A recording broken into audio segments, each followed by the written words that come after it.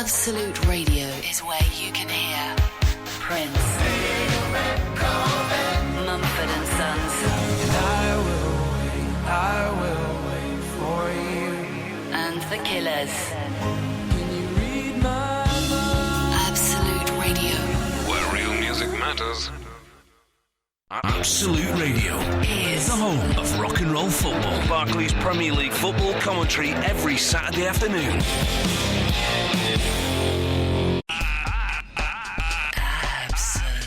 Absolute Radio.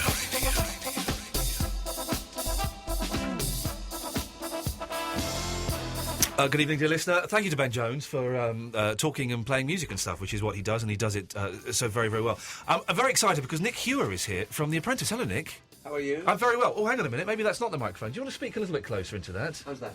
So you asked for a sound check. I poo-pooed the idea of a sound check. We're on that one. There we go. How's that then? That's much better. Now And it's not just because I've got hay fever and all bunged up bless then. you. You're all bunged up and you're feeling rotten, and you've still come in to talk to me and these idiots. It's a pleasure for me. It's a real pleasure. Thank you very much. Now, I should explain that I believe there are still some people in the United Kingdom who've never seen The Apprentice. Few of them. I think we get about 42% of the viewing Really? public. Yeah, we'd That's like incredible. a few more. Yeah. But we're pretty grateful to those who For those who stick don't with us. know it, it's Alan Sugar, 16 candidates this year, I Yep. think, is it? Yep. And he sets them tasks, and at the end of it, previously, they've won a job with him. This year, it's slightly different. Big change. What's and the a great prize this change. year? Well, let's hear it. £250,000 on the table. Sweet. For them, as 50-50 shareholders, to Yep. invest in a company that the winning candidate will choose. Right. And my Lord Sugar will sit the other side of the boardroom table, keeping a beady eye on what they're up to. Yeah. It's their job to run it, Yeah. and they better run it well, because he never makes a loss. He doesn't take any nonsense at all. I was at the launch today, Yeah. and I got to see the first episode. It's fantastic, and we have to tread carefully about what we can Yeah. say and what we can't say, and Yeah. we're both watching each other. But there was a guy from the Financial Times Yeah. asking a question, Yeah.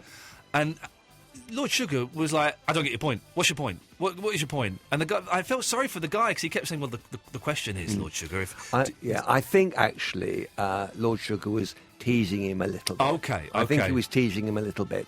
But the great thing about this series that's coming up, and it begins on Tuesday. The 10th, next week, isn't it? I That's think? right. Yeah. And then episode 2 on the following day, on Wednesday, and thereafter every Wednesday Oh, really? at 9 I didn't o'clock, realise they were BBC doing One. that. Yes. The big shift this year is that all the tasks are about the ability Yeah. to start a business from scratch with very little money. Because in these days, Yeah.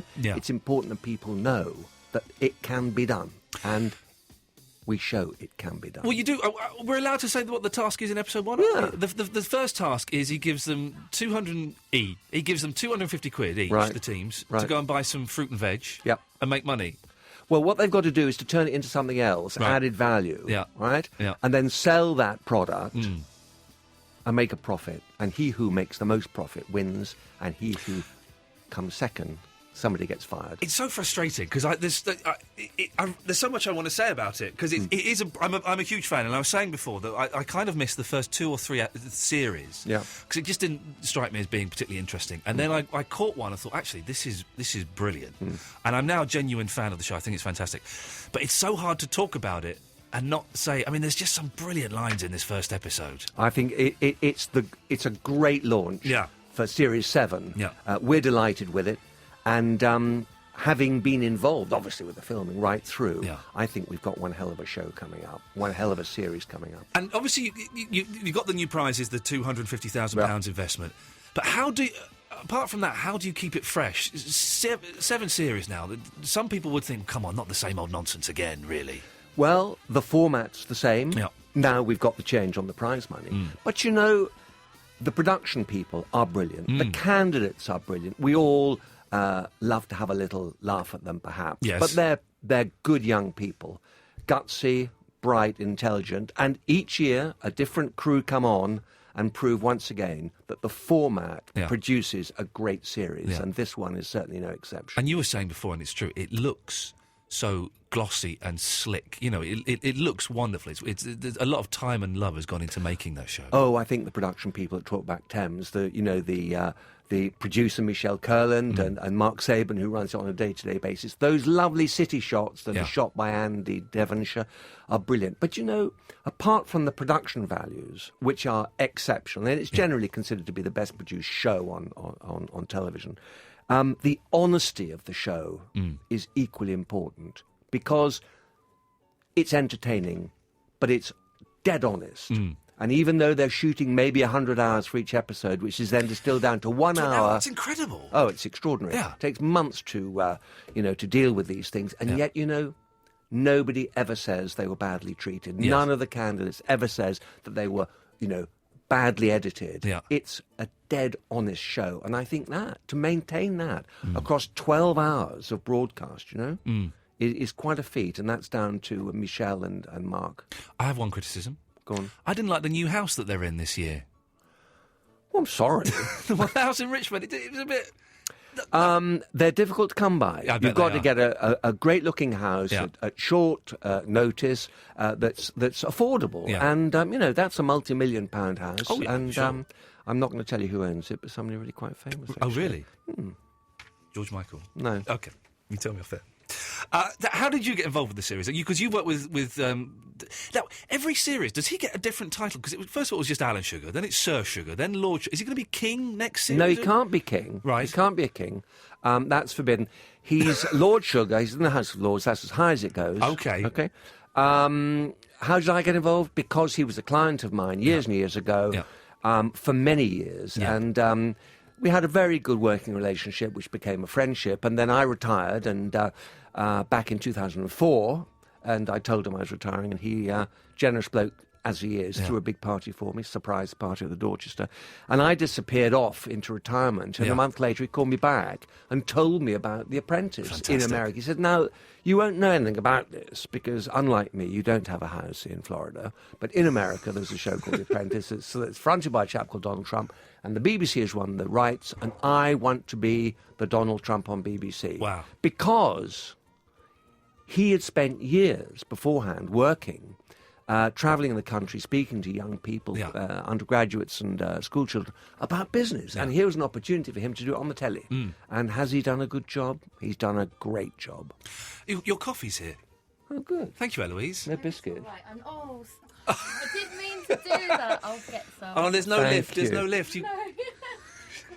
It's a little bit poor that you didn't know, Eloise. Ginger biscuit would be nice. He don't mind, does he? Imagine if we had Lord Sugar in, he'd be kicking you right up the backside now, for goodness sakes. You started off doing PR in the 60s, is that right? 66. 66, what a year. The World Cup. Well before you. I watched the World Cup. Yeah. Really? Yeah, in a pub in A year before Victoria. Sergeant Pepper. Yeah. What kind of PR were you doing? When I read that, I had visions of you working with the Kinks and the Beatles and things. Was anything like that? No. It was all boring corporate stuff. Yeah. No personalities. No. It was all sort of city and financial stuff. And then we were approached by Amstrad, which is Alan Sugar's company, and the best phone call I ever took, Really? because I had such great fun with him. Yeah. You know, he's a character. When did you start working with Amstrad? Was it 83? 83. So that was. I'm kind of a retro computer geek. So was that the time he had the Amstrad? We were brought in 464? to launch the first games computer. Yeah. And then it went to the word processor. Do you remember that Yes, thing? I do, The yeah. one that killed the IBM typewriter. Yep. And then the following year, we took on the PC market, Yep. which was held by IBM. Yeah. And within, I think, 2-3 years, we had pretty much 36% of the European market. Extraordinary it's incredible. times. So I'm a huge fan of the whole sort of home computers and home consoles thing from the 70s through the 80s.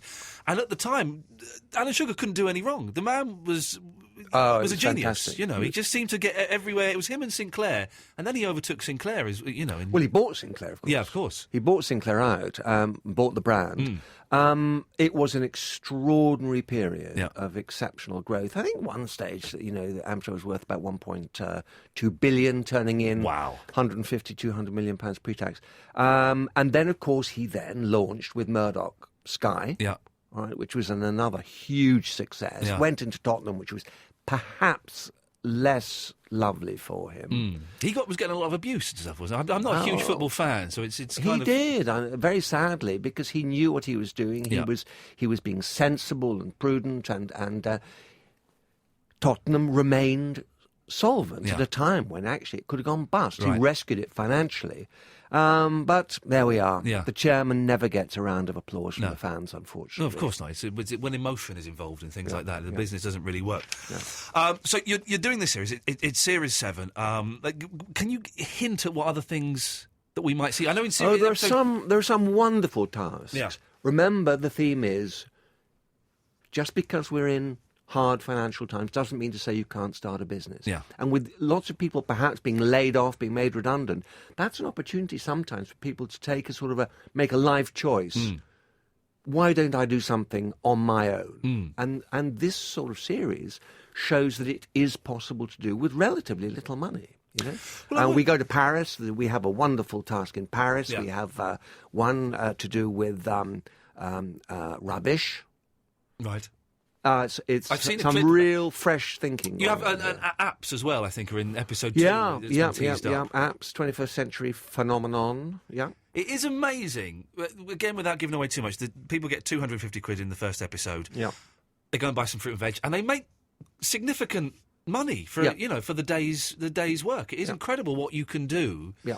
I could never. Could you do that thing though, of standing in the street going, "Would you like to buy? Would you like to buy some fruit? Would you like?" I couldn't do that. I think that one's initial sort of reserve peels away after a while, Right. and you can do it. After all, I'm talking to you. Well, and bless you for doing so. You're talking to me because my wife sent you a tweet saying, "Would you She go on my did husband's indeed. show?" And you went, "Yeah, go on then." And This thank you- Twitter business is extraordinary, isn't it? Lord Sugar's on it. He can't put it down. Oh, he keeps getting into fights with people. Someone needs to tell him to back off a bit. Do you think so? Oh, he's- come on, he's got his tongue in his cheek, you know. Are you? Well, you've got about 33,000 followers on there. Do you know, you're right. I looked at it today. I was quite surprised. Where Yeah. did they all come from? I don't know. You're very And popular. why? Man. You're popular, and you've got money. So, What money? I haven't got any money. oh come on! Look at that shirt. That shirt says to me, money. That's a nice shirt. Well, I'm not giving it to you. He's not going to give us any money, Eloise. The interview's over. We can get his cab if that would be all right. My biscuits might sway here. Oh, bless you. Look at that. There's no ginger ones though, but they're... No, that'll be lovely. Make a lot of noise with those. You make So, there we are. It's Yeah. I'm quite excited about this, you know. Yeah. About this one. It's looking excellent. Are there people in it, and I've spotted one or two Go in on. this series, that you think, hang on, you're an idiot? Or is that because there are a few that pop up, and I know Alan Sugar today was going, no, listen, we get people on they're on their merit, and there are no idiots, but come on, there are one or two that you think, what are you doing here? Let's see how they grow in the Yeah. process. That's the thing. Yeah. You know, often we make the same old mistake year after year. We Yep. spot the winner in episode 1. Shall I tell you something? We get it wrong. Yeah. Because by episode 3, they've imploded, they've done something stupid, they've disappeared, and somebody else comes roaring up. And in the last series, there was a wonderful young woman, ran a cleaning company in... Oh, she in was good, wasn't she? Yeah, yeah. Well, she grew right through Yep. the series and nearly got to the Yeah. end. So people do grow, but also it's a cauldron. They're living in another world in Yeah. there. The pressure is dreadful. They're living in that house together, working day after day after day after day. They make mistakes, of course they Yeah. do, because the pressure is so much. How did so Stuart intense. Baggs, the brand, get so far last series, though? That was... I think he was going to get what is known as the bullet. Right. He was going to get the stubby finger. Yeah. And he The- made this the extraordinary... stabby finger. Stubby finger. Stubby finger. Okay. Yeah. Well, he got, stubby finger. And he made one of the great speeches from the doc that's ever been made, you know? The when field he of talked ponies. about the yo-yos in the schoolyard Yeah. and the field of ponies running towards you. Yeah. And the three of us, Lord Sugar, Karen and I, just were stunned Yeah. at this. And somehow Lord Sugar's stony heart melted and let him through. But guess what? He got it the next week, didn't he? Yeah. Again, without giving away anything from this, there are one or two people in the first episode who the words that come from their mouth, you think, where is their brain? What planet is their brain on at the moment? It's a treat. I cannot stress how exciting the first episode is. It's hilarious. Well, it was a tough one because it was sort of through the night, which for the elderly, like me. Oh, bless you. Yeah, it's quite hard. So they were tired. Yeah. But there were some wonderful characters, who can ever forget young Vincent? Vincent, he's a good-looking man, isn't he? Well, he said so himself. He admitted that he was good-looking. And that's very which I noble thought- of him to do that. It was. I think he's been looking in the mirror and he sees Errol Flynn there or something Well, like that. he's got a trace of sort of George Lamb. What's his name? Vincent Dinseur or something. He's got a beautiful Disney, name. yeah. I think Disneur. there's a bit of the Belgian about him, I think. There's a bit. I've got the list here. They're all looking rather stern in the photograph there, aren't they? I bet they love that photo, having that photo taken. There's an inventor. The inventor's fun. I can't remember what his name is. He's a nice chap, Tom. Tom. Yeah, and Leon. Leon was good, yeah. I like Leon. Youngish sort of chap. We've got young Susan, who not that long ago left Shanghai. Yep. She's not speaking a word of English. And in that short, life, she's only 21 now, Yeah. And not she speaks perfect English, but actually she's educated to a high level and is running her own business. Yeah. What a star of a kid. When I was 21, I was drinking too much at home, playing PlayStation, wondering what the hell I was going to do in my life. So you see these people with this kind of ambition and this focus. Absolutely. These are bright people. Jim from Northern Ireland, a little bit older, I think he's about 32. He's a pretty doughty sort of character. Was Jim the sweater? One of them was really sweating a lot. Did you see that? When there was the close-up. And everyone I else think was... that might have been Leon, was It might have been Leon, yeah. I'm trying to have a look at the pictures here. Yes, it may have been Leon. And then, of course, there's the wonderful Melody, who makes a strong run in the first show, I thought. Yeah, and yeah. We certainly know a little bit more about Melody. At I've the end heard of the it, melody, we now did- let me hear the chorus. It's good. That's right. Does he come up with that stuff himself? Or Absolutely. He's very quick-witted, He's not got a team of scriptwriters Not writing a all bit his... of it. No. Let me tell you, Yeah. when he's on song, Yeah. there's nobody quicker. He's got a very sharp wit. You're famous, I'm assuming you know this, for your... You're doing one now. What's that? For your looks. Your wry, inquisitive looks. Well, I may just have a mobile sort of face, but I promise you, I look at you straight in the eye. There's no practicing or double take. Really? It's they just film it straight. Yeah. And what we do, we do. Yeah. And I'm sorry that I've got a frown. No, don't apologise. It's wonderful. Just the perfectly timed raised eyebrow or little look over the glasses or something. Wonderful. Well, there we are.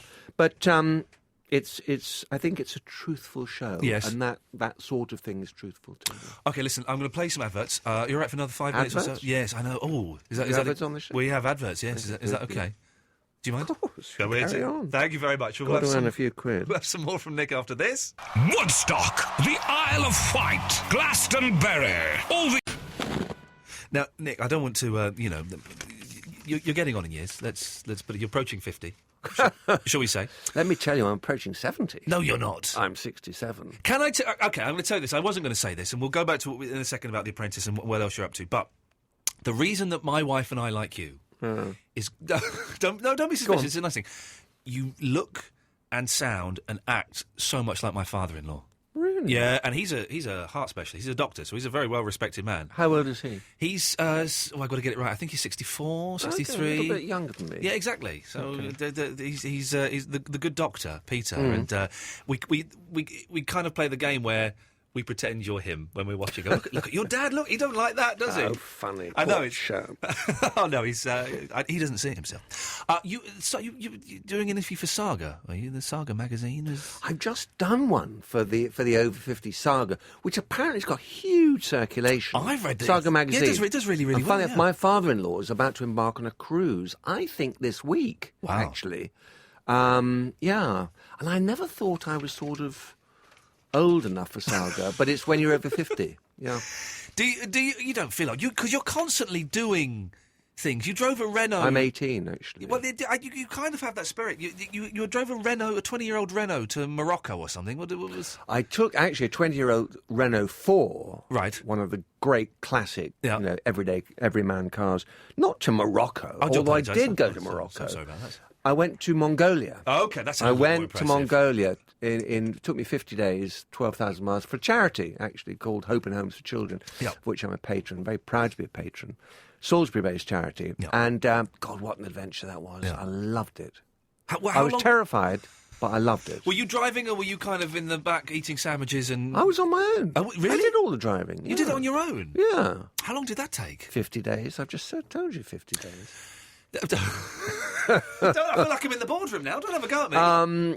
It was wonderful. Yeah. And any young chap, I mean, I was an old guy, obviously. Yeah. It's called the Mongol Rally. Yeah. I left 3 weeks before everybody else on the basis that they didn't want an old geezer in amongst them. Exactly. So I left it 3 weeks ahead of them, and they caught up with me on the Mongol border, which is just as well, because you don't go into Mongolia on your own. Yeah. Because there's nothing there. Yeah. No roads, Well, it nothing. does sound slightly dangerous. What? It was, but I tell you, you're alive. I loved it. Yeah. Honestly, I dream about it. I'd love to do it again. Have you got any more stunts or adventures planned? I'm trying to get together a drive to Khartoum in the Sudan, but of course North Africa is all in flames at the moment, which It's a little is bit in dodgy, Egypt yeah. wants to do it. Because my charity, Hope and Homes for Children, has got a project down in Khartoum, but they've also got one in Freetown in Sierra Leone, where I was last summer for them. So maybe I can go down to Sierra Leone, but that's a bit iffy too, because you have to go through Mauritania, which is a bit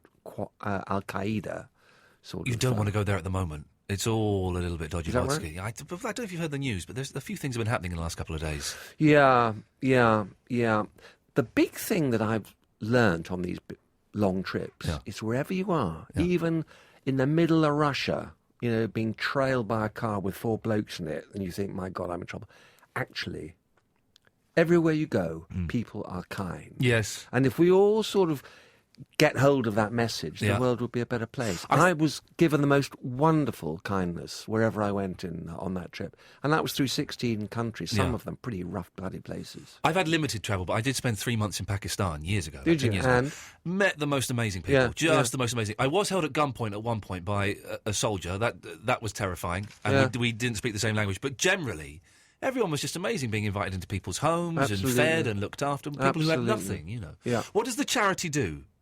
Well, its whole purpose really is to ensure that children grow up in a loving family environment. And they kicked all this off in the old Eastern Bloc, in Romania, in Moldova and Ukraine, by trying to close and succeeding in closing those institutions where babies were kept, even though they weren't orphans. Extraordinary. Yeah. And so they're closing those down, reuniting the children, the babies, with their parents or their siblings or their extended families. Where that was not possible, they would have them adopted within country. They're not in the business of or buying houses, small houses, 12 children to a house with a couple of sort of mummies and looking after them there. But essentially closing down those terrible places. In Africa, I was in Rwanda, slightly different there, actually starting young kids out in business. Amazing stories. In Sierra Leone, after the Civil War, just getting those kids back into their families and trying to give them a chance. A lot of young girls had babies, of course, would be thrown out of their houses if they weren't married and out into the street. Child mortality, terrible. So slightly different things in each country, but they're doing a wonderful job. And we need to help these small charities because they're hurting, you know. Well, we were saying off air that it's a tough time. I do voluntary work at various places, and everyone's kind of struggling. The charities are struggling, really, with all what's going on. Raising money is hard these days, you know. Hard these days. Nick, listen, it's lovely to meet you, and thank you for coming on the show. Let's do the business one more time. The newest series of The Apprentice starts next Tuesday the 10th at 9 p.m, BBC One. Correct. And then it's on the Wednesday as well. Yep, and then every Wednesday. And, of course, let's forget You're Fired. I beg your pardon? Which goes out BBC Two. See what you've done there. With Dara O'Brien afterwards. He's great, great isn't after. He, Dara? Oh, he's brilliant. He's brilliant. I saw him host the video game BAFTAs a few weeks ago, and he's such a funny man. And such a nice bloke as well. Delightful. And that is a great show, that after show. Can you get me on there at all as a... You can come as my guest one of these Thank you very much, Nick. Lovely to meet you. Best luck with the series, and we'll speak again soon. Thanks a lot. Thank you. 0330 123 1215. Have some of your calls after the Killers.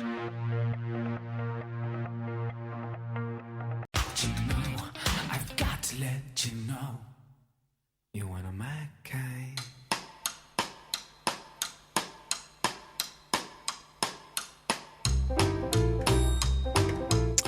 That was lovely. I've been trying to get Nick Hewer on my show for years, and he comes in and he's a top bloke. Although, Eloise, I believe he injured you on his departure. He has a very firm handshake.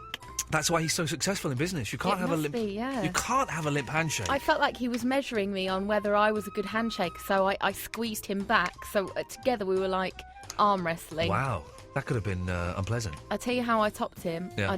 I put another Kicked him hand in the on. shin. I did 2 hands. Oh, really? You can't do a 2-hand handshake. Yeah, I did. You made some coffee for us, very nice. And then I've just read your tweets. You just made instant coffee for him. I don't know how to do posh coffee. You just made instant coffee I for don't Nick know how to Hewer? do posh coffee. Could you tell? Yes, I could. I don't drink coffee. I've no idea what it tastes like. I had to tweet and ask how many spoons I had to put in. It was 1 spoon. I put Oh, 1.5. It's 1 spoon. He said it was all right, and he downed a bit before he left. He so did he must down have thought it was He all did right to down do it. that. I've got a picture of him now. I'm going to pretend it's me and my father-in-law. He Oh. looks so much. He's so much like the Good Doctor. It's amazing. I like that you call him the good Oh, doctor. he is. He's the Good Doctor, and he verified that my foot was broken at the weekend. Did he? Well, he didn't look at it, but he said it's probably... First of all, he said it's probably not broken. I said, yeah, but He said, no, it's probably not broken. I said, but it really hurts. He said, it's broken? I went, there we go, thank you very much. That'll do. That'll do for me. So what a day I've had. I went to see The Apprentice this morning, was there at 9:30. Was in a room full of, like, all news people and press people and stuff, like 60 people. I spoke to no one. I was just there, stood there tweeting nonsense. I can imagine you doing Oh, it was so uncomfortable. And then someone tweeted me saying, I'm here, I'll come and talk to you. But they didn't come and talk to me. And also it was a girl, and I was worried that she wanted sex. Did you reply to them? No! Well, that's why she didn't come and talk to Did she want sex? you. No, she's just being nice. Oh, sex is nice. It's a bit overrated these days, to be honest. So did that, watched that, then watched a bit of a Q&A with Lord Sugar. Lord Sugar was getting arsey with people in the audience. Was he? He Did was. you see that? I told you to look at Jeff's picture on his fake Twitter. What is it? Basically, he owns Jeff in a tweet. What did he say? Tells him to shut up and something or other. Oh, I vaguely remember that happening. It's good to be brought down a peg or two, but I would be gutted if it was. But he was doing it to everyone there. People were asking questions. He's going, "This is bollocks. I don't know what you are. I don't get it. What's the point of the question?" And it's like, whoa, hey, hang on. We're here to promote your show, dude. Calm down. Oh. But he was. Alan Sugar's tiny. He said hello to me. Did he? Well, I was walking in. It was in this posh hotel. I've never really been to one of these kind of press things. It was good. I'm going to do more of them if they ask me. So I walked to this hotel lobby, and Alan Sugar came out with Nick, and I was so shocked. I went, "Oh, all right, Alan." And he Alan, went, you didn't even call him sir. "No, all right." He went, "Hello, Lord." And he, you can't. Do you have to call them Lord? It's like Sir Bob Geldof, really? Well, he calls himself Lord, so... He does, doesn't he? But maybe he said hello because, like Ringo Starr, he recognised you from this morning. Oh, yeah, maybe Alan Sugar recognised me. Probably not. So watched that and did that, and it was wonderful. And then I've just spent the afternoon in the Science Museum, which is Good the day. coolest. It's the coolest place in the world. We spent 40 minutes. You go downstairs in the science. If you've got kids, this is even better. If you haven't got kids, it doesn't matter. In the basement of the Science Museum, there's like a play area for kids, including this thing that's water. It's just like water flowing everywhere, and there's little boats and stuff. It's only like this tiny little thing. And Astro Boy spent 40 minutes just holding a boat under a water jet. Literally 40 minutes. Kind of like cleaning this boat under a water jet.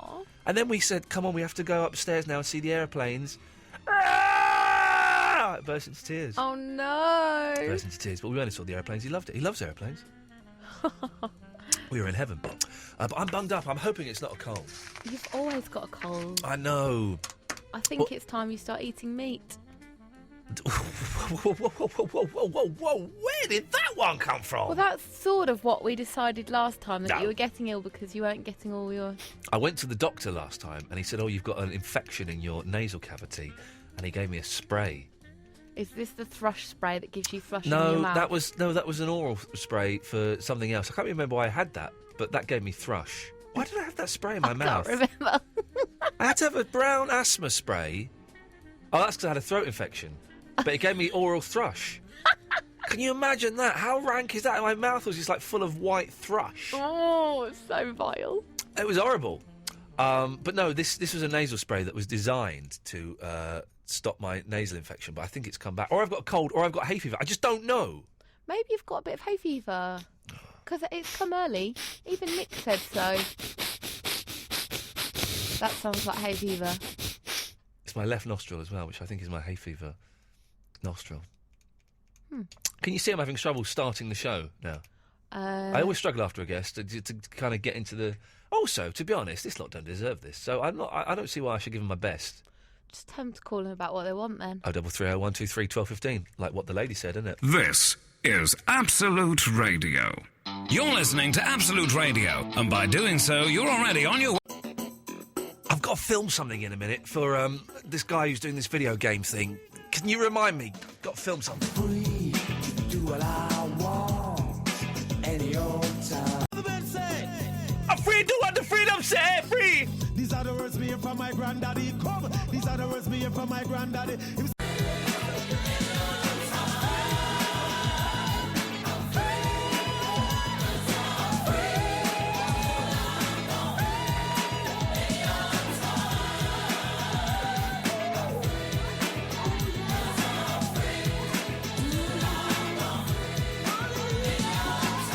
Come on, let's do this now.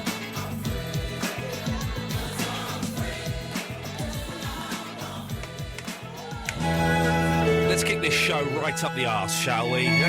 Come on.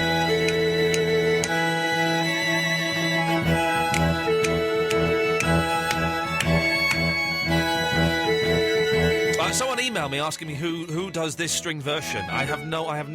I've really got no idea.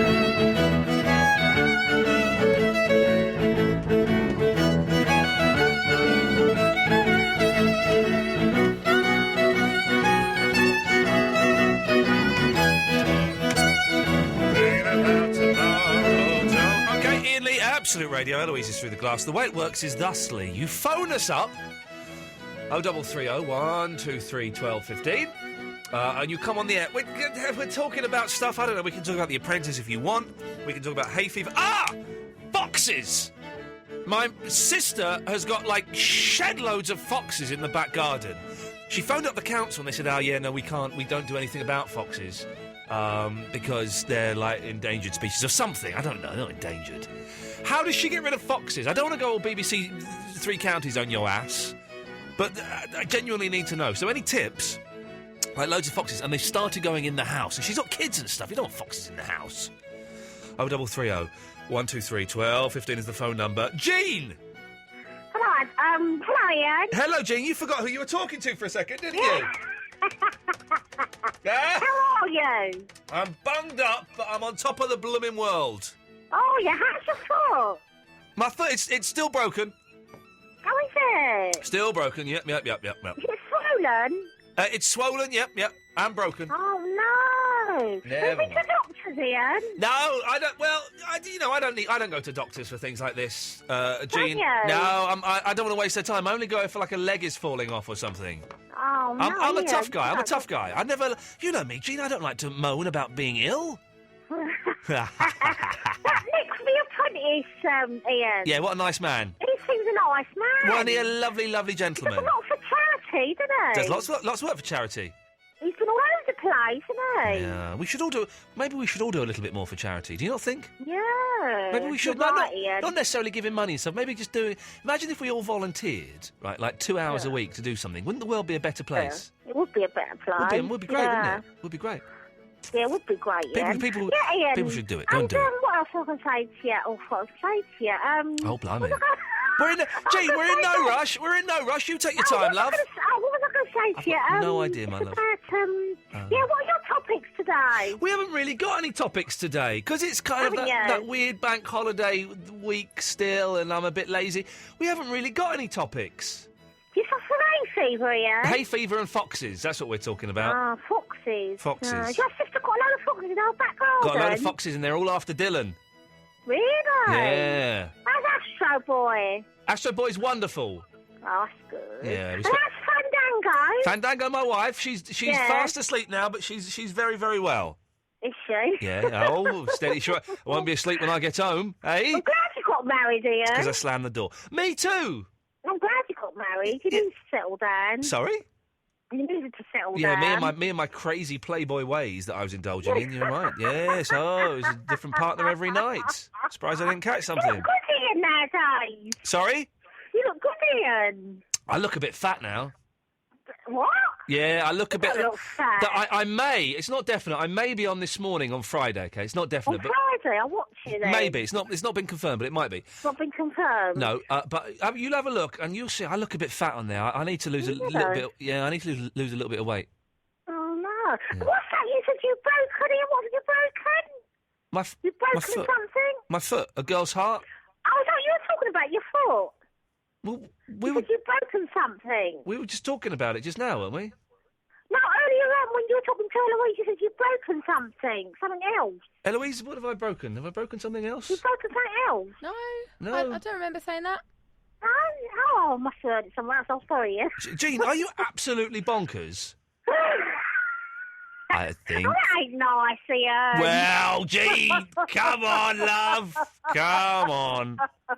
Good. I love your laugh. They should. Next guest, Ian, then. Sorry? Oh, you're breaking up, Jean. Jean! Yeah. Jean! Yeah, hello? Oh. Let's go to Tony. Hi, Nick, how are you? I'm all right. I'm just turning the air conditioning down. So go on. Nick, honestly, I love The Apprentice. It's fantastic. You're so good in it. It's untrue. Nick's gone, you idiot. I'm joking. He's good, Nick, and he's the best thing on that show. 947 questions I wanted to ask Nick, and you let him go. Well, you know, he's an old man. He's bunged up, and you know, I didn't want to. And also, I had a couple of calls lined up for him, and I was thinking, actually, do you know what? I don't know if I could trust Andre to speak to him. I don't know if I could trust any of you. So I made the executive decision not to put anyone through. Sorry about that. Can I ask you the one question I would have asked him, though? Yeah, go on. Right, bearing in mind that they get the phone call at 6:30 in the morning. Yeah. Saying, Lord Sugar would like you in his office in 10 seconds. Yeah. And they're all, like, dishevelled and none of them had a shower. Yeah. They come in 20 minutes' time, they all look like supermodels. They do it very quickly, don't they? Yes. They do it and very, very quickly. 2 or 3 bathrooms in the place. There's no way that could work. Yeah, I don't know. That's what I wanted to ask Nick. That's all I want to ask. You watch the episode next week, right? And tell me what you think. Yeah. I'm not so mad on the house. I'm keen to know whose house it is that they're in, though. It's got to be like Elton John's or Barrymore's or someone, a big star, isn't it?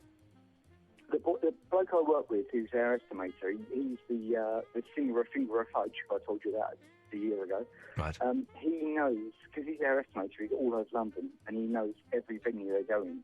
Yeah. And before the start of a new series, he says, I bet they're in there. And they are. Oh. So I will ask him, and he will tell you. Let's find out. This is our mission: is to find out who in the hell owns that house. Okay, Tony, I'm not sure what happened there. I think Tony was munching on a crisp. There, 0330 123 1215 is the phone number. So I've got to do this. I've got to film something. Eloise, I need your help. After 12, I've got to film a little something. Okay. And I've completely forgotten to do it for like the last 3 months. What have you got to film? This guy Mark James Hardesty from Brinsworth Comprehensive School, right, wants me to. He's doing like a thing about video games, like old video games. Right. It would be good if you could consider recording a small clip, like to pass on some of your enthusiasm for video games and old games and systems in particular. So I've got to film something, just me going, hey, you don't know who I am, kids. I don't want to say it now because then I'm wasting one. Yeah. But basically, just do that. And start talking about all the games. Well, yeah, but I mean, how long do you reckon? Not long, like a 30-second introduction. Yeah. Otherwise, you'll be hogging it. I don't want to hog it. But I want to have a significant positioning in it.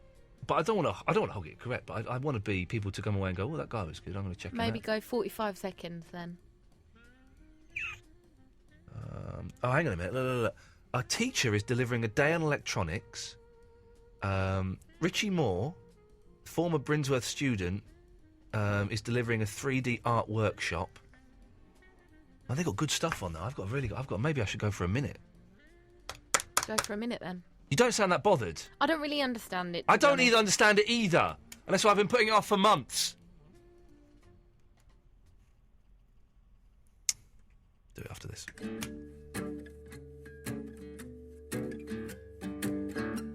I'm getting very excited because the Monkeys are playing in a couple of weeks. Very excited. I'm going to play a Monkey song, but I'm deciding what one to play. I want to play something a little bit esoteric and a bit... By the way, the night the Monkeys are playing, I might be late coming in. Late? But you've got the Crew Recorder Quartet in. Yeah, I Can't know. be late for them. I might be. They all guessed. Oh, yeah, I know. We have to talk about it. I can't miss them sing Daydream Believer. Will that be their last song? Probably. But how can you be late for your guests that have come all the way from Japan? Oh, don't say it like that. I mean, I'll come in. I'll be in. I know you'll be in, but they're very polite. They're very polite, the Japanese. And Very, I might and that's why find you a bit rude. they won't complain. They won't complain because I've been so polite. Could you put them in that position? For the Monkeys, yes, of course I could. You'll be able to deal with it. Don't worry, you'll be fine. I know it's terrible, isn't it? But I just, I'm trying to find a nice Monkeys song to play. Are you going to just one Monkeys gig? Yeah, because it's £100 a ticket. Yeah. Why don't you go a cheaper night? They're all really expensive. I've got 4th row seats. Yeah, but if you go in the jingle jangle seats. Sorry, yeah. Oh, yeah. All right, Lennon. Yeah, go on. Yeah, and then you'll get to see Daydream Believer just for that one night. No, not doing that. Not doing that. You've seen them do Daydream Believer before. Yeah, I've not seen the Monkeys live for years, and the last time I saw them, they were a bit rubbish, actually. Was Mike Nesmith with them the last No, time? I had tickets. I had front row tickets to go and see with Mike Nesmith, but I was in bloody Pakistan. Oh man. I'm going to play this. It's a little bit obvious, but it's nice. So sit back, relax, enjoy. Thank you. Hang on, I muffed that up. Hang on, let's go again. Hang on, let's go again. Right, here we go. Right. It's the Monkeys.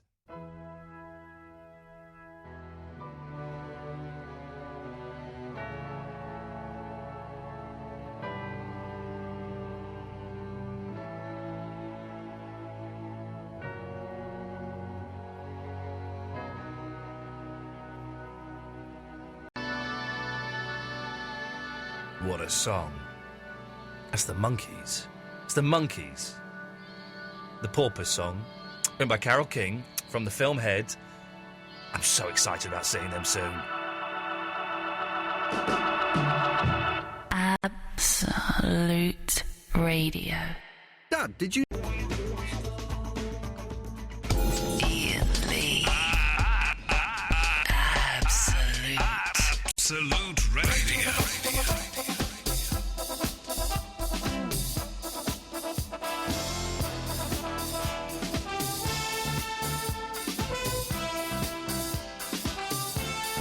I've been here for 3 years, and I've only just, yesterday, been told how to find out what the password is for the internal Wi-Fi. Why didn't you ever ask me? Well, why didn't you ever say, Ian, do you need to know what the Wi-Fi I just presumed that you already knew it. How would I know that? Who would tell me? I haven't always worked with you, so I would have thought someone else would have told you before that. We know who worked with me before, and we know how much UC was. Well, I just assumed that you would have known so much. It would have been better having a piece of bloody cloth producing this show for that 2.5 years, for all the good he did. He doesn't listen still, does he? No, he doesn't listen. He does. He didn't listen when he worked on it. He listened when he stopped. What? Anyway, Iain Lee, Absolute Radio. Good evening. Like I care. Eloise is through there. It's last week's shows and this week's shows have been very haphazard and very lazy because of the wedding and Easter and the bank holiday and all of that. Saying that, I don't know why I'm almost apologising. Last week we had the 3rd highest podcast downloads we've ever had. Yeah, and we had a day less. And we had a... Oh, no, we didn't. No, we didn't. I thought You got me excited. we worked Fridays. You got me excited. So it turns out maybe that's what they want, Mr. Grace, if you're listening. The listener wants lazy, ill thought out, not particularly good radio between 11 and 1 on a Monday to Thursday. So, hey, who am I to argue with the statistics? Yeah. I couldn't dare. What are we talking about tonight? Not a lot. We had Nick from The Apprentice on. We can talk about The Apprentice if you want. New series starts next week. I've seen episode 1. Very, very good. Very good. I want to tell you who gets knocked out, but I can't. Foxes. Foxes. Talking about foxes. I know. It's... it's kind of... Hay fever? Hay fever. You know, we are descending into LBC circa 1992, which is fine by me. I have no problems with that at all. Just phone up, and have a chat. 0330 123 1215. I should say, by the way, yes, our podcast downloads are up. Third highest week we've ever had. If you want to get the show on podcast, you can get them from iTunes, or you can get them from absoluteradio.co.uk/Iain Lee. Just type in Iain Lee in iTunes, and there's the full show without the music and the adverts and the news and travel. Or there's the best bits, which are like the best 5 or 10 minutes. And there's also the best of Barry from Watford. And other bits and pieces as well. There's loads of them, so go and have a look and have a little shufty. Who has been on the line the longest? Kevin from East London has. Hang on a second. Oh, no, hang on. Why is that not working? There it is. Hello, Kevin. Hello, Ian. How you doing? I'm all right, Kevin. I've got a nice little subject for you. Go on. What would your ideal band be comprised of deceased musicians? The old favourite dead musician band thing. Yes. Who do I like that's dead? I'd have to have George Harrison on guitar. My choice guitar would be Jeff Healey. Okay. George Harrison would destroy him, but okay. On drums, I'd have Gene Krupa. I would have Eric Carr. Oh, okay, yeah, good choice. Mm-hmm. On the bass guitar, John Entwistle. With me would be Phil Lynott. Oh, okay. Phil Lynott, a little bit overrated, do we think? No? As a songwriter, he was amazing. Really? What were Thin Lizzy's good songs? Boys Are Back in Town, Angel of Death, Renegade. All right, stop you there. Boys Are Back in Town, brilliant. Brilliant. Can't argue with that. Whiskey in the Jar. Whiskey in the Jar. It's a stinker. 1971, it was actually released as a B-side. It should have been a B-side. Anyway, let's not fall out about that. Singer, I'd have Mama Cass. I would have Jim Morrison. Oh, Kevin, I've gone right off you. Everybody goes off me. Phil Lynott and bloody Jim Morrison, they're both rubbish. What do you mean rubbish? Well, okay, let me explain a little bit better. You know those two men? They're rubbish. Be careful, Ian. Ian, be careful, mate. Why? Because I'm sitting right opposite your studio in Golden Square at the moment. Whoa! There is a lunatic near... What the hell are you doing near our building, for goodness sakes? I'm going to send our security man out to kick your ass. He's welcome to. Yeah, and he will do. What the hell are you doing out there, Kevin? My job that I do normally minor celebrities. is security, and we've actually got a site in Golden Square, which I've just been into. Okay. Are you going to be there at 1 o'clock? No, I think you'll be safe to leave. Result. Kevin, thank you very much for that. If anybody else wants to phone in and talk about that tried and tested topic, you're more than welcome to. Let's go to John. Hello, John. Very much for that. If anybody else wants to phone in and talk about that... That's me, John! Hello! Yes, sir! How are you doing? You don't care, come on. All right, I've got 2 tips for you. One on foxes and one on hay fever. Yes, go on, let's have it. Right, with foxes, yeah? Yeah? You need to store up your urine. What? You need to have a little tinkle in a jar. Oh, my goodness, great. Back to Phil Lynott. Yeah, go on. And basically what you need to do is you need to mark your territory with it so they won't come in your garden. So you put a perimeter out with it. Yeah. And then they won't come in your garden. Wee-wee. I thought it was meant to be like Tiger's wee-wee or something. No, it's human. So you just got to pee in a jar and pour that around the corner, and they won't... It's like the devil can't cross ash or something. They won't cross wee-wee. Like, like with dogs where they mark their territory up. Where they do, dirty so-and-so. What, John, what do you do when you go around a mate's house, right, and they've got a dog, and he won't stop sniffing your balls? Yeah.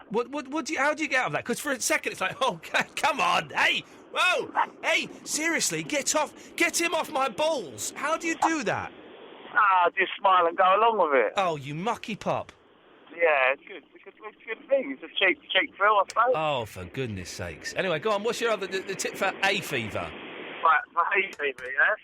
Well, I've got bees, yeah? You know, I'm a beekeeper. Oh, what's this? We've got Lindy who phones in who's learning beekeeping. Why are bees so popular at the moment? They're good. They give you the honey. Honey. Okay, this is a fact I heard the other day, that one bee... Where are you, John? Are you under a waterfall or something? No, I'm just on my way to work. Oh, yeah. Well, that one bee, in its lifetime, will give you 1 teaspoonful of honey. More than that. You really? One bee? Yeah. In its lifetime? Yeah. How much do you reckon it gives? Well, in a hive, there's 60,000 bees, approximately. Yeah. Yeah, and in the summer, I'll probably get about 15 pounds of honey out of them. So that's... You work the maths out on that. You work the maths out on that, John. Well, that's more than a teaspoon of honey. I'm no Carol Vorderman, but that's more than a teaspoon of honey. Okay. Hay fever. Yeah. So basically, what you need to do, you need to get your local beekeeper. It's got to be your local beekeeper. Yeah. Get in touch with them, and you need to ask for a bit of honeycomb from the bees, yeah? Yeah. So you eat all of that, the honeycomb with the honey, and that acts as an antidote, because what they're doing, they're using all the local plants to build up their frames with. Yeah. So then that acts as an antidote to your hay fever. It sounds too fantastical to be true, but that means it might be true. No, seriously, because I do it for a couple of friends of mine, and they don't get no hay fever over the summer whatsoever. John, sorry, how would I go about finding out who my local beekeeper is?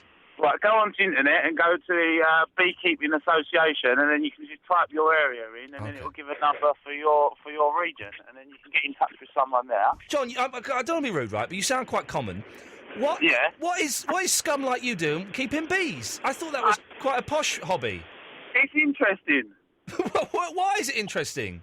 Because it is. It's interesting, and at the end of it, you get loads of honey. Do you? Can you see the queen?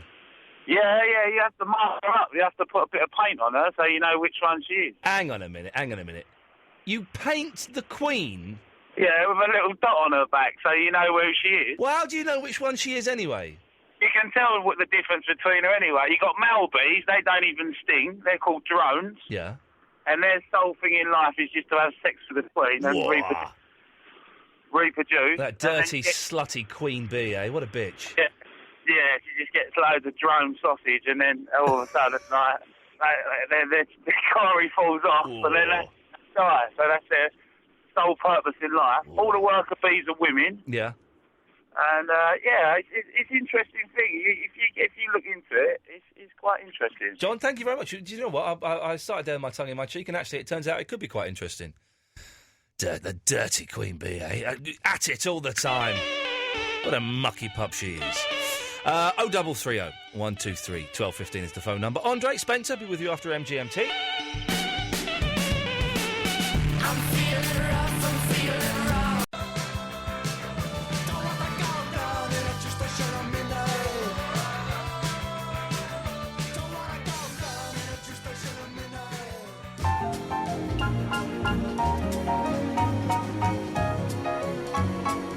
midnight. Rather annoyingly, I think I've cut the inside of my nose. It's a little bit sore. So every time I blow my nose, or indeed have a root around, it stings a little bit. Andre, ever had that happen to you? Hi, pardon? Yes. Ever cut the inside of your nose? Well, I've had my nose pierced when I was about 16. Did you do it yourself, or did you go to a professional? No, I went to a professional because David Garnett had Depeche Mode done it, so I done it. I didn't understand a word of that. Andre, you know the rules. I want 43 words on Nick. Oh, not again, Ian. On Nick from The Apprentice and bees. I've never watched it, Ian. We'll speak to you in 5 minutes. Let's go to... New rules, by the way. Andre has to do a little bit of homework every time he comes on. Spencer! Hello, Ian. Hello, Spencer. I don't care how you are. Good! Okay. That house which sparked your curiosity. Oh, yeah, the house in the new series of The Apprentice. It's in Richmond. Yeah, I'm pretty sure I know which one it is. I pass it a dozen times because I have a friend who lives there. It's the house of Richard Attenborough. Is it really?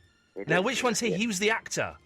He is the actor. He has enormous property on Richmond Green. It's really one of the most luxurious houses. Describe the fence. The fence? Oh, I'm not sure I can. I can describe it from what I've seen. Then tell me, describe the fence, come on. Because I've seen the fence, and that way I'll be able to know if it's the same place. Oh. I'd recognise it if I saw it. Oh, come... OK. Is it steel railings? Yes. Right, you're talking out your arse, because it's not steel railings at all, you muppet. Don't just come on here and make stuff up. You're talking to the human lie detector, for goodness sakes. Nathan. Hey, man. Hey, man. What are you up to? I'm doing a radio show. What are you up to? contemplating loneliness. Oh, man alive, that's a bummer, huh? I know, and I'm buying some fish on Thursday to cheer my place up. Fish are good company. You got to make sure you keep the water clean. Oh, yeah, I know, I'm quite capable But of listen, that. Nathan, I can be in a room full of 1,000 people and still feel alone. No. Yeah. Don't matter if people are there or not, you know, it's all connected. You're a bit down then, mate? No, just quite chilled and relaxed and looking forward to getting these fish. So what fish are you going to get?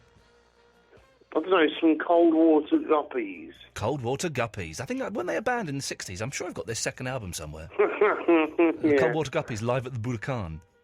Yeah, cool. Good. Are you gonna name your fish, Nathan?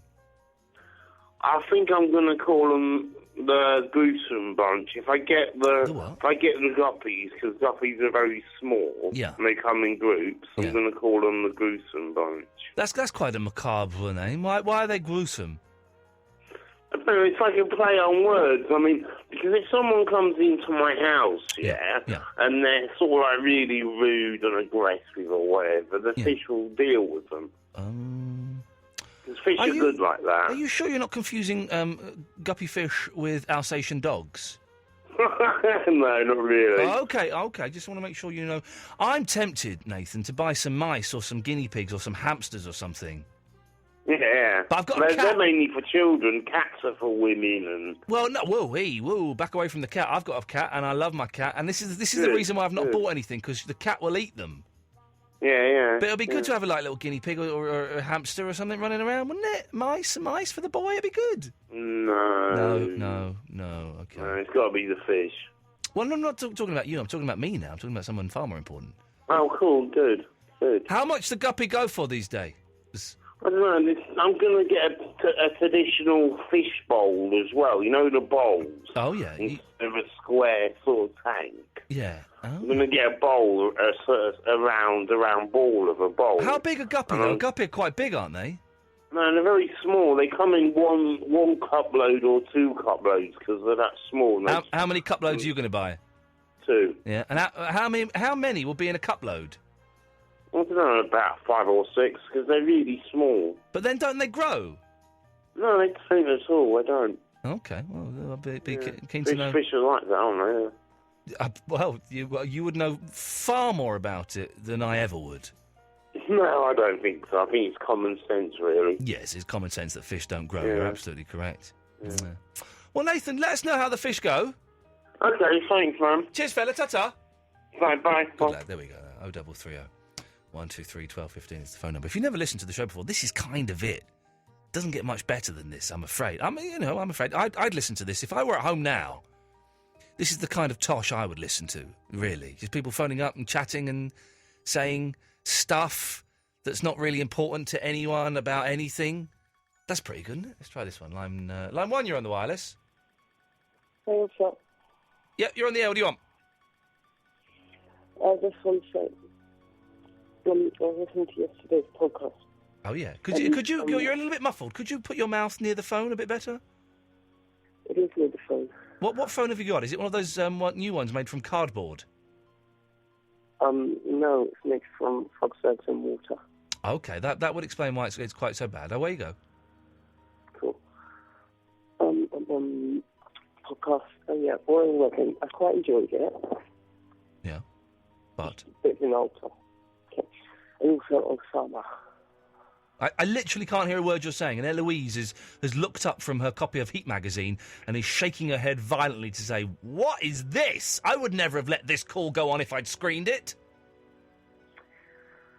Well,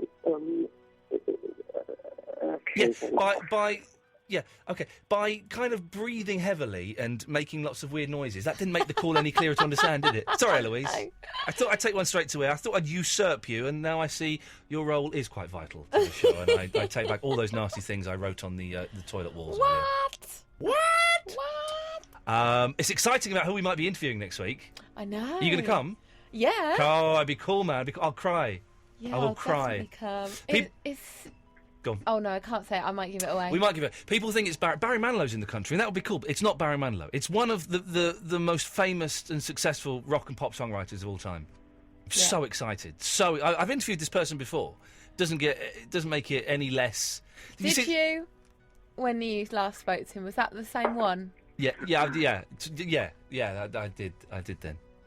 But did you see the email? The guy said, "Do you want to?" Yeah, I know. Yeah, go on then. If I have to, then I thought, I hope he knows that's a joke. Yeah, that I said that because definitely. this is one of the coolest things. Has he replied to you? No, because I think I sent it quite late. So hopefully I'll chase it up tomorrow. He's good. He's a good bloke, Steve. Yeah, you He's did good. send it quite late, actually, but And then also he's responsible for Neil Diamond as well. I know, but he's never replied to me about Neil Diamond. Because I looked through my emails and He didn't reply. I got in touch with him a while ago because he sorted me out the Neil Diamond tickets. Sorted out. I paid for them, but he kind of got me some when they'd sold out. And I said, "Oh, what's the chances of getting a Neil Diamond interview? You know, we'll come to his hotel. He can come in. We'll do a phone or whatever you want. We'll do whatever you want." And he just sent me the kind of like press release that said for information contact. Him. And it was him. It was his name at the bottom. I was like, "Oh, what does this mean? Am I on a list?" So hopefully, I mean, that would be awesome. I would be very surprised if we got Diamond, but that would be awesome if we got him. But if we get this person but next then week, you say that, but we got Ringo Starr. yeah, that's true. We got a Beatle. Yeah. Can we play him out yet? No. Oh, 23rd. man. Oh, I want to play it out. Can I get a copy of it? Oh yeah. Can you email it to me? Because I want to. It's too big to email. I have to send it on one of them. Can you thingies. burn it on a disc and maybe I'll collect it off you tomorrow? Yeah. Oh, you're saying that is always a problem. What's the problem with that? Just that it's easy for me to email if I can. Okay, like on a you send it type Yeah, thing. yeah. Okay, if that's easier to do. If that's then okay. That's fine. A Thanks. little bit of tension there. Dougie! All right, Ian. Hello, Dougie. See, you're still towing the party line, man. Oh, Big it's Ringo. this idiot. We've got Ringo Starr coming on. Nah, man, come on. Were you Please, towing mate. the party line? Eloise and I met him. Admittedly, we haven't got any photographs at the yeah. moment, but there's a video of it. Keep We'll have up, to mate. take Keep stills up. off Good that. luck. All right, Dougie. What do you want, you cheeky little Scotch scamp? All right, okay. You're the big chief bigwig for The Apprentice on the day, yeah? That's correct, yes. The maestro, whatever. Like, fair play. You sound like a nice guy in that, eh? Nick, Nothing against the guy. Yeah, but... It's that programme. Yeah. Complete junk, yeah? Rubbish, man. Utter bullwhack, man, right? You've got... It's these candidates. That's where my beef lies, man, yeah? Yeah. These candidates. You've got these 30/40-year-olds, yeah? With their tin flutes and their can-do attitudes, man. It's like... Yeah. I come hate on. people who can do. Isn't it awful when people can actually What do a things? Joke, man. It's like... Come on. It's called The Apprentice, yeah? Yeah. Get the youth in there, man. Well, Get the younger I know generation. for a fact, without even looking at my fact sheet, that one of the women on it this year is 21 years old. So, you know what I mean? It's called The Apprentice. So, well, that's just look, 26, 28, 21, 23, 26, 26. There's no 27, 25. There's no one in their 40s. None of them get their hands dirty, yeah? Get me on that show. I can saw, I can hammer, nail, plumb, you know what I mean? Yeah, it's not that kind of... Eloise, you might want to get line one, by the way. It's not that kind of apprentice, Dougie. It's not like going and becoming a spark or something. It's to do with, like, business and stuff. Yeah, well, therein lies the problem, you know what I mean? Therein lies the problem. Go on. Get the younger generation in there, man. Yeah, I see what you're doing there. Yeah. Roll it Talk on, out of mate. your arse. Yes, okay. And what do you think you could bring to The Apprentice, Dougie? What could I bring to The Apprentice? Yeah, another thing. Yeah. There's no Scottish people on there, yeah? Well, a little bit racist, yeah, you're right, yeah. Exactly. Yeah. A little bit racist. Yeah. Sugar's vendetta against the Scottish people. It could be. I don't want to point fingers at the guy. Yeah. I'm just saying. Well, he does the finger pointing. Dougie, stay there. Andre? Hi, yeah. Have you written your essay about Nick from The Apprentice and bumblebees? Yeah, but it come up 56 words. I asked for 43. No, did you say 50? I didn't say 50. I said, how many did I say, Dougie? Well, I'll certainly be counting, believe that. Right, Andre, turn your radio off and lose 6 of those words. Oh, I wish I had a pair of pearl earrings and sapphire and diamonds revealing every time you said that. Yeah, I wish I'd give you a smack in the face. Wait a minute, what was this document about? Right, Ian, right, now this is a true story, all right? Hello? Right, lose 6 words. 56 words. Lose... Oh, for God. Dougie, you explain it to him. Yeah, Andre, son, you've got to chop 3 off the top, 3 off the bottom. Sorted, mate. Steady. Then if him want to make sense. Did someone drop a bomb? Right. The bomb was dropped. All right, I'll Andre, stop. lose the first 3 words and the last 3 words. Andre, it's simple mathematics, mate. Just count them, mate. Count them. This is primary school stuff. All right, what's 1 and 2 then? 1 and 2. Yeah. Equals 3, baby. It's 3. No, it's 12. Andre.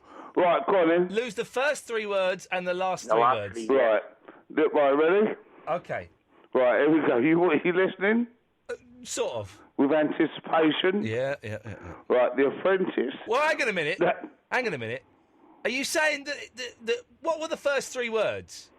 The Apprentice who? Right, well, get rid of them. Stop that. All right. And get rid of the last words. Cross them out so you can't even see them. Right, The Apprentice who? No, get rid of those words. No, I've just crossed them off. And cross out the last 3 words and don't even tell me what they are. Right, whoever he was. So first. Right, okay, so start again from the beginning. Right, I've crossed out The Apprentice No, who, right? I don't want to hear those words. I'm trying to forget those words exist. Right. Whoever he was served 4 years at college at the training centre at Romford after leaving school at 16. He did reasonably well and worked. He just copied this off Wikipedia. I don't think so. It's a true story. Good man. That's what I done at school, you know what I mean? And worked a further 10 years in the factory fixing robots. He had a great time, but he liked a few beers on a Friday and Saturday night. Right. You better tell me you cut off the last 3 words. Oh no. And it so I shouldn't have said he liked a few beers on a Friday and Saturday night. I'm sorry. Right. What about bees? Yeah, exactly. Thank you, Eloise. My second complaint. All right, sorry. So knock off night, Saturday and Friday. But he did like a few beers. You've not mentioned bees, Andre. Bees? Bees! Are we still talking apprentice here? Oh, bees. Andre, you're melting my brain, But man. he still liked a few bees on a Saturday night. Well, how's the whiskey situation? The whiskey situation? Yeah. What are you on about, man? You're melting, you're double frying my brain here, mate. Andre, I can't let you on because you failed your task this evening. Oh, you're joking. You failed it by having too many words and not talking about bees. Epic fail. Or Nick from The Apprentice. Nick didn't go around fixing robots. Maybe he did, we didn't ask him. That was Craig Charles. Yeah, that was Craig Charles. It was. Tweet him, Ian. Teacher used to fix robots.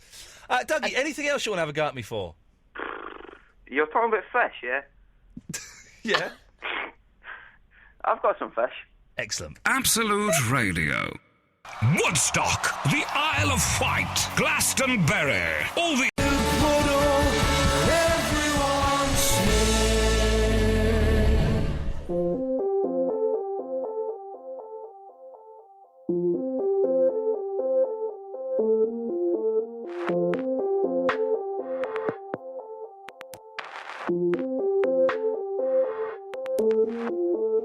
If you're watching on the webcam, boy, you're having great fun, because it looks like I'm rooting away in my nose like a furious 5-year-old. I'm not. Well, I am. It's really sore. It's like scratched the inside or something. I don't quite know how I've done that. Last 10 minutes of the show. Mark Crosley will be on at 1 o'clock. 1 till 6. There's me complaining I'm doing a 2-hour shift, and fair play, he's doing 5 hours. You've got to respect him for that. And also, he's a very, very nice bloke. So, well worth having a listen. I've got 2 calls here. Let's go to Zulu. Hello. Oh, hang on a second. Hello, Zulu. Zulu, how you doing? Yeah, I'm all right. How you doing? I'm not bad. I'm just phoning up to ask you, have you ever had a strange way home from work that's kind of strange and it's in your brain? Have I ever had a strange what? Like a strange way home. It's like it's stuck in your brain. You went home, you went, that was weird. What, has it ever happened to you? Like a strange journey home. Have you had a strange journey home from work? I don't think I've ever had a strange journey home. No, I don't think I have. Have you? No, I was just asking, just trying to get a conversation going, you know. Well, it's a strange conversation opener, isn't it? Have you ever had a strange journey home from work? And you're kind of narrowing the field down there by that question. Well, a strange way to work. Like, it never happened strange. Well, what you've done there is you've just turned it round the other way. No! I've never had anything strange happen to me to or from work. I can say that with my hand on my heart, Zulu. Well, that's all right. Have you ever had anybody in your work who's had the flu and you've tried to ignore them and it's not worked? What do you mean ignore them? Because they're ill? Yeah, it's like you don't want to really talk to them because they might catch the cold. Well, listen, because I work nights, right? Because I work this shift here. I never see anybody at Absolute Radio, which is fine by me because I hate them all. No, I don't. But I'm quite shy and retiring, despite the nonsense I do on the radio, and I don't like people. So I never see anyone here. So if people have colds and flus, I don't know. If Eloise has got the flu, then yes, I would probably catch it from her. But she's very rarely ill. She's one of those stubborn young people that refuses to get poorly. I don't really think it's fair, do you? Like, they're sitting talking to somebody and they're going, achoo. And you're like, come on, man, you've got the cold. You got a flu, Go you better away. stay at home. Yeah, exactly. Go away. Don't go. If you've got a bad cold, don't come into work. So yeah, that's all I have to say, man. I'm a bit stuck, so good show, man. Thank you very much, fella. Nice to talk to you. Bless him. He phoned up. He had nothing to say. That's how it can work, dear listener. Even if you've got nothing to say, you can come on the air. That's how low the standards on this show are. Kwesi. Hello. Hey, Kwesi, how you doing? I'm good, thank you. How are you? Yeah. What? Have you had a good bank holiday? I've had a great bank holiday. Lovely. Good. Now, I have a bone to pick with you. Oh, go on. You've given up the cello. Yeah, I've given up the cello. This is not good. The reason I gave up the cello was because we had a baby, and I know, which is... Well, congratulations. Well, it's 16 months ago now, but I know. it was just impossible to dedicate any. I could have the lesson 1 hour a week, but then I just couldn't. I didn't have the time to do any rehearsal or practicing in the week. Oh, I reckon you'd be great at it though, because you've got such a good knowledge of music. Blah blah blah. Well, hang on. Let's just have a listen to how good I actually am. All right, if you're going to laugh, Kwesi. No, I'm not going to laugh. Look, I told you what that piece was earlier. Yeah. Well, not earlier, but never mind. Earlier in time. Did you enjoy the wedding? I did quite enjoy it, yeah. Nice. I think I should have worn that dress. Sorry? What? What did you say? Nothing. Thought you... said... No. Anything else? No. I'd better go away.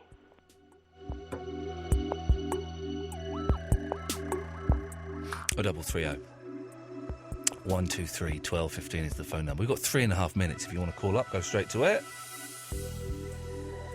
Otherwise, I have to talk to this muppet all night. Andre, you can't come on tonight. You failed the task. Ian, I'm sorry. Now, can I quickly say something? Nope. Let's go to line 2. 2, you're on the wireless. Hey up, mate, you're right. Hey, you're calling in a lot recently. Have you been sacked? You what? You are calling up a lot recently. Have you been sacked? Well, you know when couples aren't getting on Yeah. and they go to one of those places and they talk through the differences. Oh, yeah. And then you realise £480 is a lot of money to spend. Yes. And you think, you know what, I'm going to try it without. And it seems to be working, so... So, hang on, what, have you dumped, what, are you saying you've dumped the missus? Yeah, we split up. Oh. Have you really? Yeah, It's been on the we card. did counselling and everything, it was... Did you do the counselling? That couldn't have been any good, could it? How does that make you feel, Robert? Well, pretty pissed off. Sorry, I dropped the P word, didn't I? Well, there's a category C. But that's been on the cards for a while, isn't it? Yeah. Oh, is that why you keep sending me links for pornography and things? You want me to enter your seedy world of loneliness? You've got to share, haven't you, nowadays? Yeah, exactly. Spread the wealth. Much appreciated. Well, listen. Hey, hang on a minute. I'm sure there must be loads of hot ladies listening to this who'd like a bit of ginger. My heart's broken, mate. Oh. I cry myself. I'm using my camera, you know what I mean? All that. So she dumped you. Okay, so anyway. Quick question. Yes. I've got a friend, and they're married, and they're trying to have a baby. Oh, okay, yeah. So I said, well, I know someone who's had a baby recently. Yeah. So what position would you recommend? Well, it turns out that the back door doesn't work at all. Hope that clears things up for you. rare insight into the lonely world of Rob Bonet there. We all felt a little bit sorry for him, didn't we? Did you feel sorry for Rob there, Victoria? No. No, he's an idiot, isn't he? He deserves everything I was he gets. saying, you ought to get your wife to watch QVC. The shopping channel? Yeah, they sell really good women's stuff. What do you mean women's stuff? Well, like bracelets and makeup and clothes, you know. Or she could go all to a things shop. that women like. Yeah, that's true. Yeah, that's true. But or she could go to a shop and buy it. Yeah, but I mean, they have unusual things, you know. Yeah. Something a bit different, like, you know. She doesn't really use. Didn't she wear loads of jewellery or makeup? Not really, no. I think she's a bit wrapped up with the baby, though, isn't she? Well, no, hang on a minute, because that makes it sound like she's a bit dowdy. No, not in the slightest. She's beautiful and stunning and doesn't really need all of that stuff. And she's never really been big on makeup and jewellery. Oh, wow. Well, they're trying to flog it anyway. Okay, well, then I'll don't try. You don't need to help them out. For goodness sakes. Ian? Yes, Andre? Right, before I contact my solicitor due to unfair dismissal... Yes? Right, can I just say something to you? Of course you can, Andre, in the time we've got left. Right, have you got any freebie Oh, we've records? just run out of time. Yeah. Mark Cross's up next. We're back tomorrow at 11. Ta-ta. And every minute more brings you closer to God.